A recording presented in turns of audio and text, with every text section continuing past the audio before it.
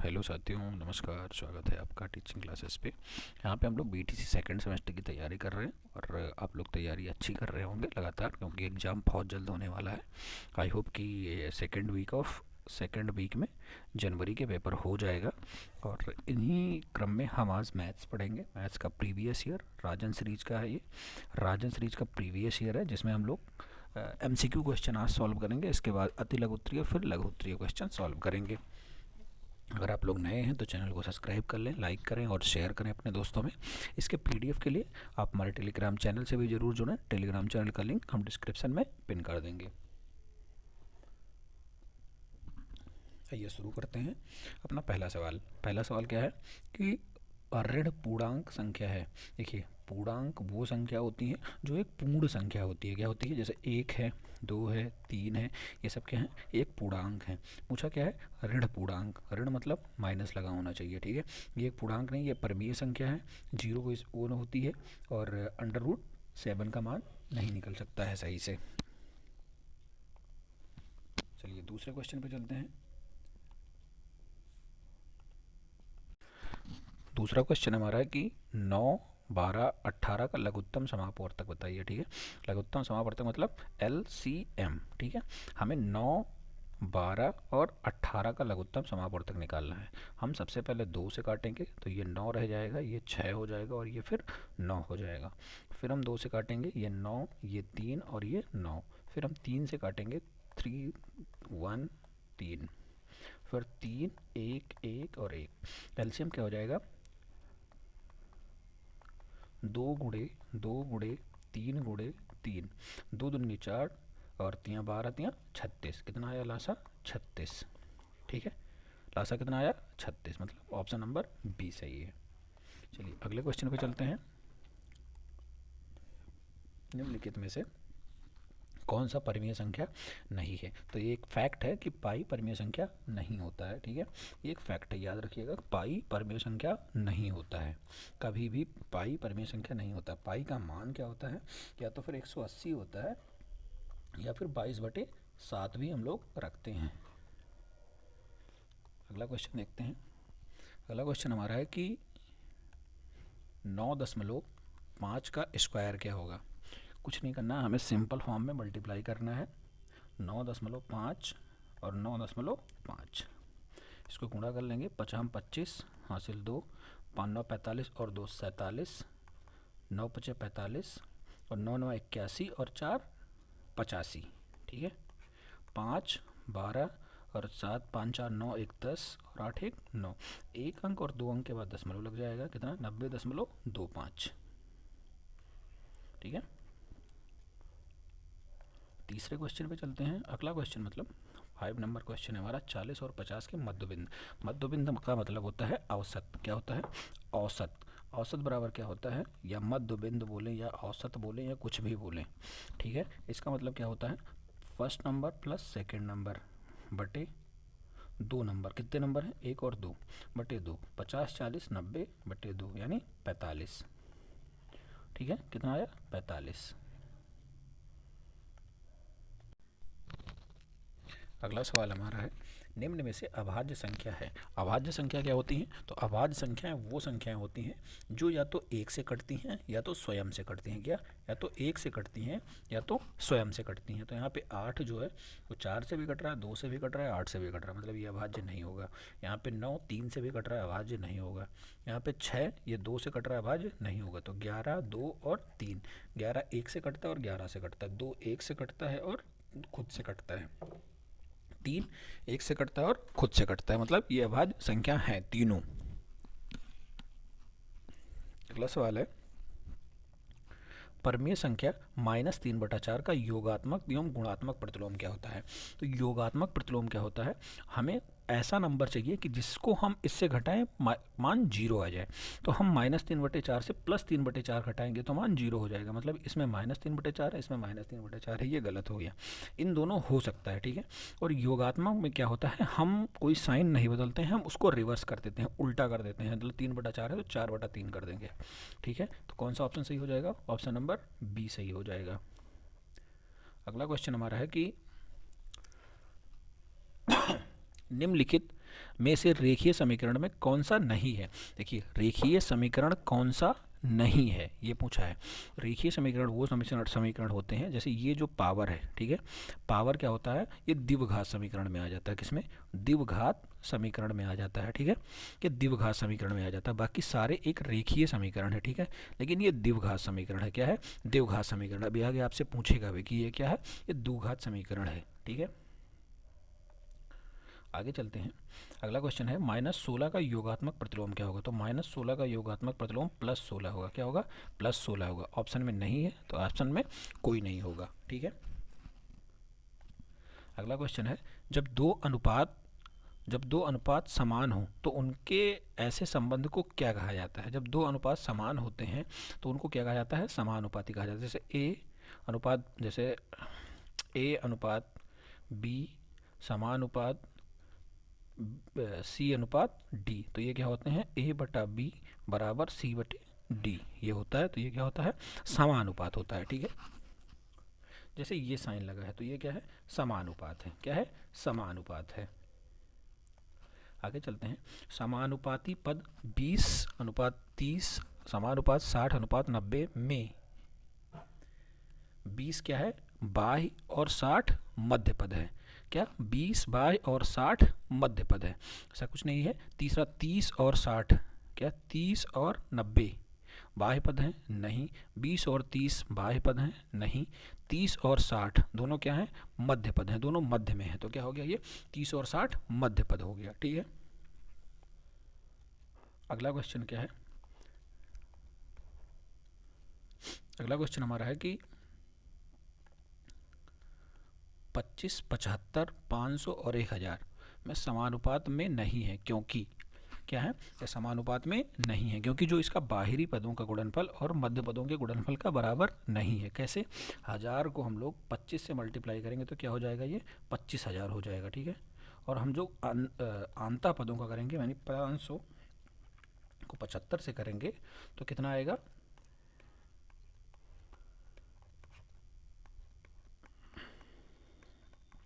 कितना आएगा? 2500। तो ये दोनों बराबर नहीं है, इसलिए इसका क्या सही हो जाएगा? बा सही हो जाएगा, ठीक है। अगले क्वेश्चन पे चलते हैं हम लोग। अगला क्वेश्चन हमारा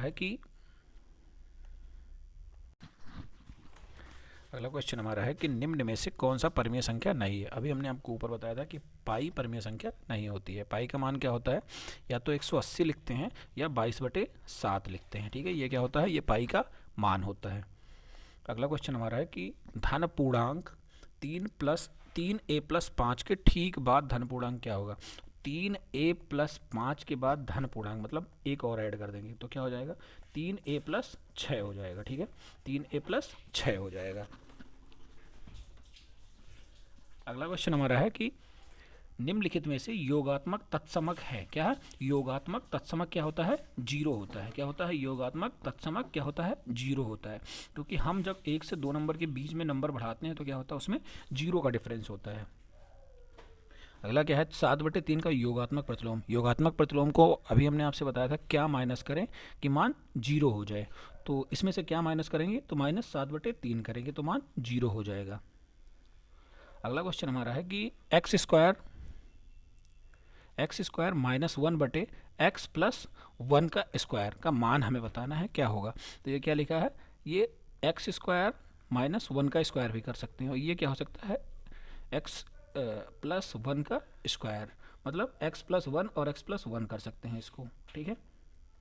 और इसको जब हम लोग ओपन करेंगे तो x-1 x+1 एक ब्रैकेट में और x+1 और एक ब्रैकेट में x+1 x+1 कट गया, आया क्या? x-1/x+1, ठीक है।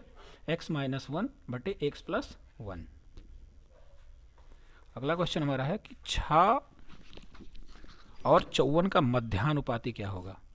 6 और 54 का मध्यानुपाती क्या होगा? 6 और 54 का मध्यानुपाती क्या होता है? तो मध्यानुपाती का एक फार्मूला होता है, उसको आप लोग याद रखिएगा। मध्यानुपाती b बराबर अंडर रूट ए सी होता है। क्या होता है? b बराबर अंडर रूट ए सी। हमें b फाइंड करना है, ये a है और ये c है। तो b बराबर क्या करेंगे? अंडर रूट लगाएंगे, a लिखेंगे यानी 6 और c कितना है? 54। 6 चौके 24 और 6 पंचे 30 और 3 2 32 यानी अंडर रूट 324। अब आप याद कर रखे होंगे कि अंडर रूट 324 किसका स्क्वायर होता है? 18 का स्क्वायर होता है अंडर रूट 324, यानी b बराबर कितना आ गया? 18 आ गया। ठीक है, अगले क्वेश्चन पे चलते हैं। अगला क्वेश्चन क्या है? किसी पूर्णांक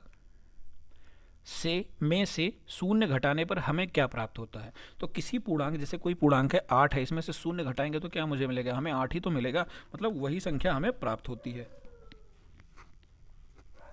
अगला क्वेश्चन हमारा है प्राकृतिक संख्या है। क्या है? प्राकृतिक संख्या क्या होती है? जैसे 1 2 3 4 5, ये क्या है? ये सब प्राकृतिक संख्या है। अगला क्वेश्चन हमारा है कि 1 माइनस यानी 1 10 माइनस 8 एक्स को पूर्ण वर्ग बनाने के लिए हमें क्या जोड़ना पड़ेगा? 1 माइनस 8 में हमें पूर्ण वर्ग बनाने के लिए क्या जोड़ना पड़ेगा? अगर हम इसमें क्या इसको पूर्ण वर्ग बनाना है। अब पूर्ण वर्ग बनाने के लिए एक आपको इसको वो करना पड़ेगा, द्विघात समीकरण बना के तोड़ना पड़ेगा। अगर आप द्विघात समीकरण बना के इसको तोड़ेंगे तब आपको पता चलेगा कि पूर्ण वर्ग बनेगा। उसको हम सॉल्व करके बाद में बताएंगे आपको। अभी इसका आंसर क्या होता है? 16x स्क्वायर होता है। अगला क्या है?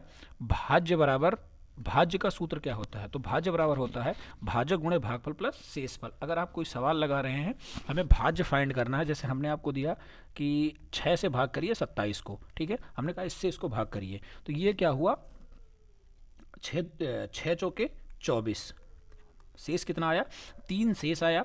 ठीक है, और हमें भाज्य प्राप्त करना है, मतलब ये प्राप्त करने के लिए हमें भाजक और इसको गुणनफल करना पड़ेगा, यानी 6 गुणे 4 प्लस 3 यानी 6 चौके 24 और 3 27। क्या होता है फार्मूला? भाज्य बराबर भाजक गुणे भागफल प्लस शेषफल। सबसे छोटी प्राकृतिक संख्या क्या होती है? तो सबसे छोटी प्राकृतिक संख्या 1 होती है। क्या होती है? सबसे छोटी प्राकृतिक संख्या 1 होती है।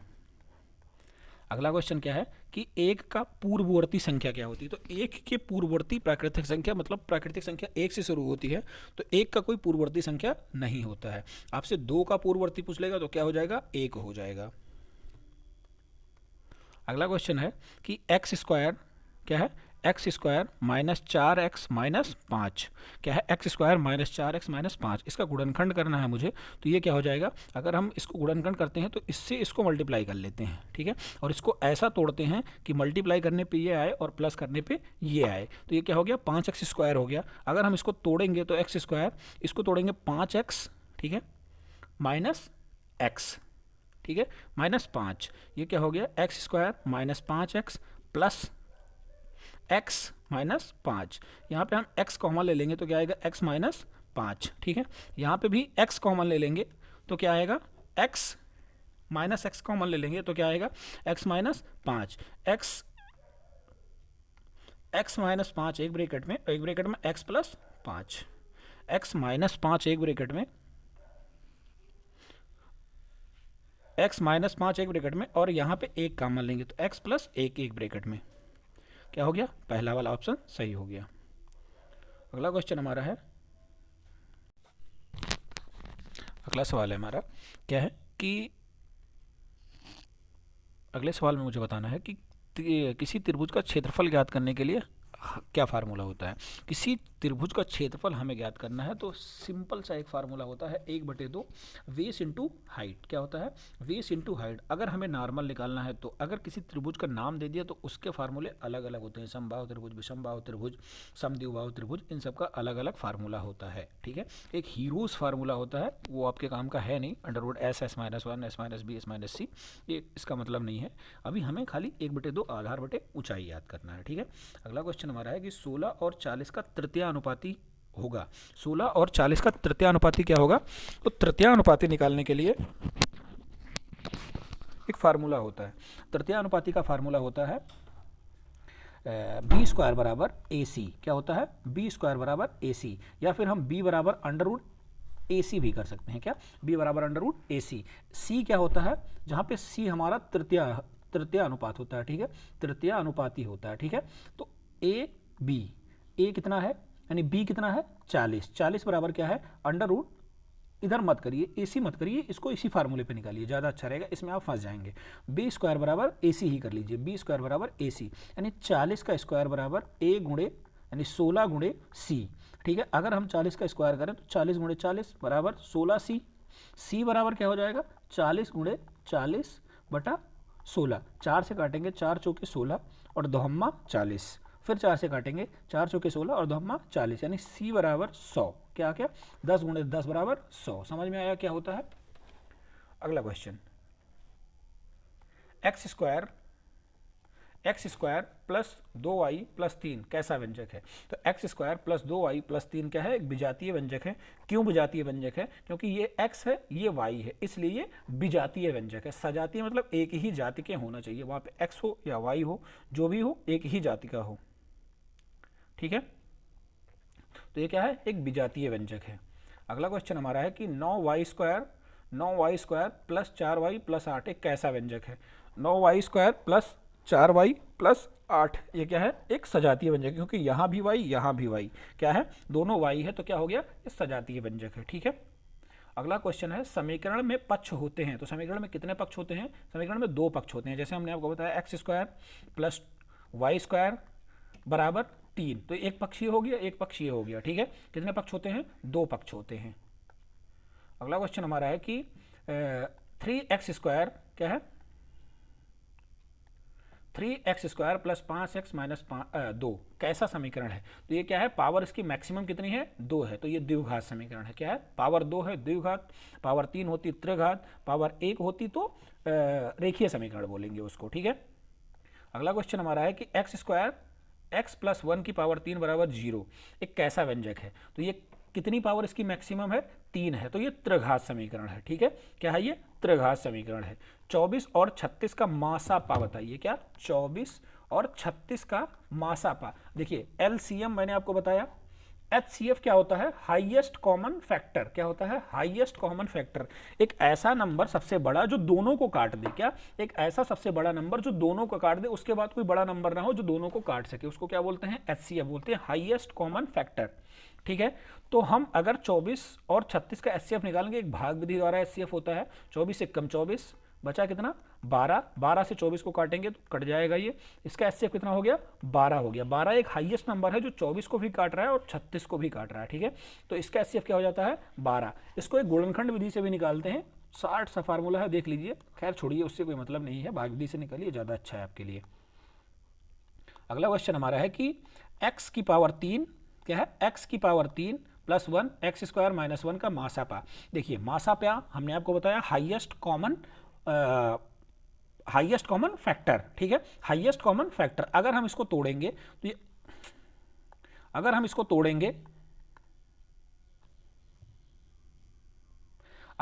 तोड़ेंगे तो ये क्या लिखा है, x प्लस 1 एक ब्रैकेट में आएगा और एक ब्रैकेट में x माइनस 1 आएगा। हम इसको तोड़ेंगे तो मुझे क्या मिलेगा, x प्लस 1 मिलेगा ना, बाकी तो फार्मूला पूरा मिलेगा, बाकी ये फार्मूला ये मिलेगा ना, तो x प्लस 1 एक हाईएस्ट कॉमन हो जाएगा जो दोनों में होगा, ठीक है।